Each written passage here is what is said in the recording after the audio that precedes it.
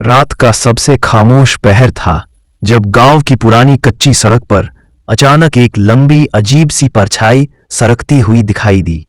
हवा बिल्कुल थमी थी, लेकिन वो परछाई ऐसे कांप रही थी जैसे किसी अनदेखे हाथ ने उसे पकड़ रखा हो। दूर जंगल से आती टप टप की आवाज माहौल को और भारी कर रही थी। यही वही जगह थी जहां हफ्ते भर पहले आरव नाम का लड़का पहली बार इस परछाई से टकराया था। वह अपनी बुआ नीलम से मिलने आया था, लेकिन हर रात उसके घर के बाहर कुछ अजीब होने लगा था। दीवार पर रेंगती कोई काली आकृति, खिड़की के पास से गुजरती बर्फ जैसी ठंडी लहर और आंगन में किसी के धीमे कदमों की आहट। नीलम कहती थी कोई उसे देख रहा है, लेकिन दरवाजा खोलने पर वहां हमेशा सिर्फ अंधेरा मिलता। उस रात आरव ने सच जानने की ठान ली। वह उसी सड़क पर पहुंचा और परछाई उसके सामने बिल्कुल स्थिर खड़ी थी। वह इंसानी नहीं लग रही थी, उसकी ऊंचाई हर पल बदल रही थी, लंबी, छोटी, फिर असंभव रूप से पतली। आरव जैसे ही करीब पहुंचा, परछाई अचानक उसकी ओर मुड़ी और अगले ही पल उसे एहसास हुआ वह परछाई उसी की थी, लेकिन टेढ़ी, टूटी, जैसे किसी ने उसकी शक्ल को गलत तरीके से बनाया हो।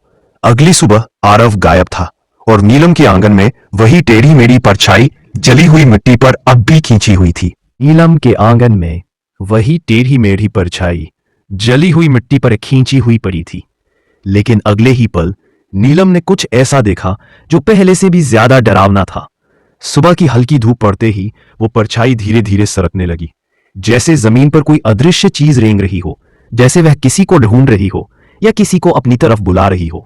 नीलम का दिल भारी हो गया। उसे लगा आरव कहीं पास है, बस दिख नहीं रहा।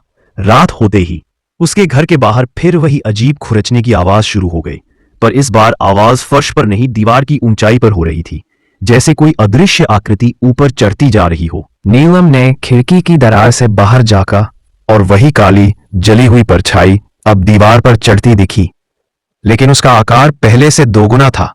ऊंची, पतली और सिर की जगह सिर्फ एक हिलता हुआ काला धुआं। परछाई नीचे उतरी, बिल्कुल नीलम के सामने खड़ी हो गई और फिर कुछ ऐसा हुआ जिसे इंसानी समझ से बाहर माना जाता है। परछाई दो हिस्सों में बंटने लगी, एक छोटी, एक लंबी। छोटी छाया पूरी तरह आरव जैसी लगी और लंबी वाली वही पुरानी टेढ़ी मेढ़ी। लंबी छाया धीरे धीरे झोपड़ी के पीछे गायब हो गई, जबकि छोटी छाया उस जगह खड़ी रह गई जहां आरव खड़ा हुआ करता था। सुबह नीलम बाहर गई। मिट्टी बुरी तरह खरोंची हुई थी, जैसे किसी ने सारी रात उंगलियों से जमीन खोदी हो। बीच में एक टूटा हुआ मोबाइल पड़ा था आरव का, और स्क्रीन पर बस एक ही फोटो खुली थी, नीलम के सिरहाने। वही लंबी मुड़ी तुड़ी परछाई खड़ी थी, जिसने तस्वीर क्लिक होने के वक्त उसके पीछे खड़े होकर